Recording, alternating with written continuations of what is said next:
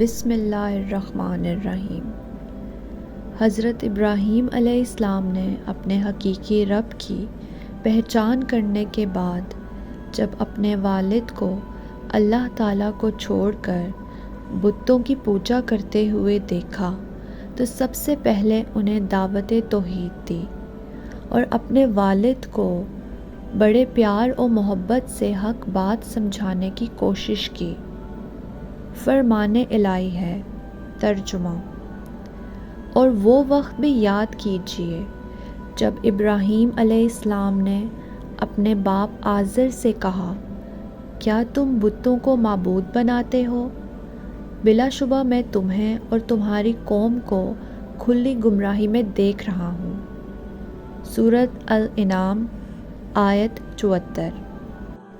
فرمان الہی ہے۔ ترجمہ۔ جب انہوں ابراہیم علیہ السلام نے اپنے باپ سے کہا، اے ابا جان، آپ ان چیزوں کی عبادت کیوں کرتے ہیں جو نہ سنتی ہیں نہ دیکھتی ہیں اور نہ ہی آپ کے کسی کام آ سکتی ہیں؟ اے ابا جان، میرے پاس وہ علم آیا ہے جو آپ کے پاس نہیں آیا، اس لیے آپ میری پیروی کریں، میں سیدھی راہ کی طرف آپ کی رہنمائی کروں گا۔ اے ابا جان، آپ شیطان کی عبادت نہ کیجیے، بے شک شیطان اللہ کا بڑا ہی نافرمان ہے۔ اے ابا جان، مجھے اس بات کا ڈر ہے کہ کہیں آپ پر عذاب الہی نہ آ جائے کہ آپ شیطان کے ساتھی بن جائیں۔ سورۃ مریم آیات 42 تا 45۔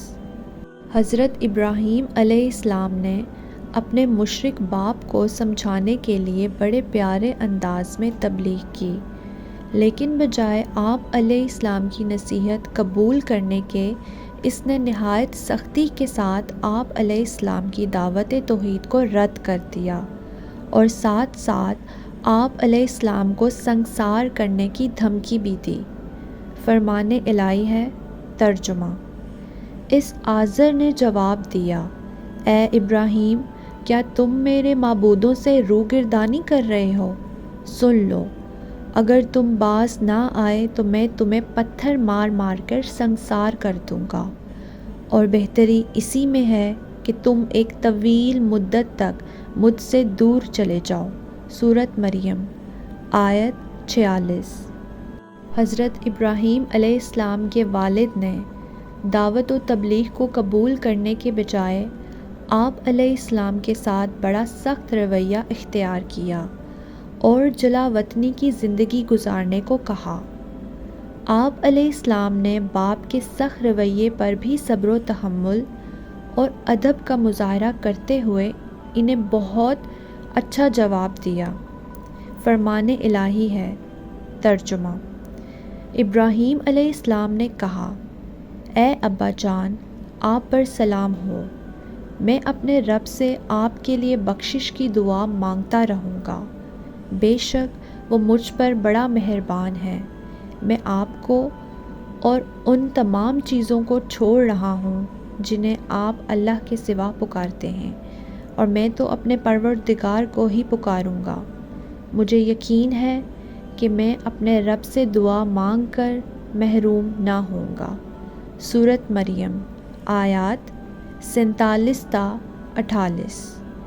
حضرت ابراہیم علیہ السلام اپنے وعدے کے مطابق اپنے والد کے لیے اس وقت تک دعائے استغفار کرتے رہے جب تک کہ اللہ تعالیٰ نے آپ علیہ السلام کو مشرکین کے لیے دعائے استغفار کرنے سے منع نہیں کیا۔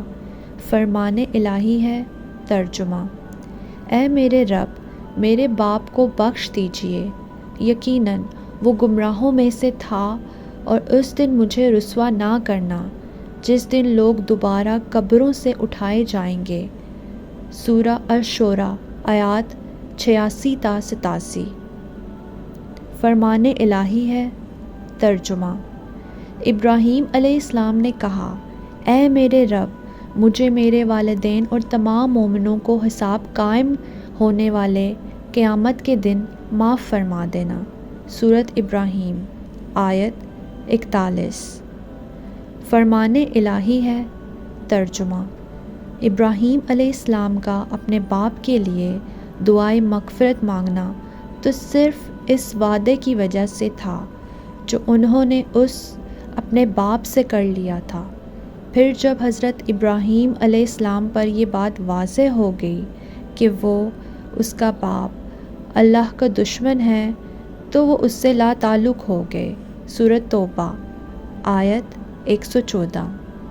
رسول اکرم صلی اللہ علیہ وآلہ وسلم نے فرمایا، ابراہیم علیہ السلام قیامت کے دن اپنے والد آزر سے اس حالت میں ملیں گے کہ اس کے چہرے پر گرد و غبار اور سیاہی ہوگی۔ ابراہیم علیہ السلام فرمائیں گے، کیا میں نے آپ کو نافرمانی سے منع نہیں کیا تھا؟ وہ کہے گا کہ آج میں آپ کی نافرمانی نہیں کروں گا۔ تب ابراہیم علیہ السلام درخواست کریں گے، اے اللہ، آپ نے مجھ سے وعدہ کیا تھا کہ قیامت کے دن میں تمہیں رسوا نہیں کروں گا۔ اس سے بڑھ کر اور رسوائی کیا ہو سکتی ہے کہ میرا باپ میرے سامنے تیری رحمت سے دور ہے۔ اللہ تعالیٰ فرمائیں گے، میں نے کفار پر جنت حرام کر دی ہے۔ پھر اللہ فرمائیں گے، ابراہیم تمہارے قدموں میں کیا ہے؟ آپ علیہ السلام قدموں کی طرف دیکھیں گے تو نجاست سے لتھڑا ہوا ایک بچو نظر آئے گا جسے ٹانگوں سے پکڑ کے جہنم میں پھینک دیا جائے گا۔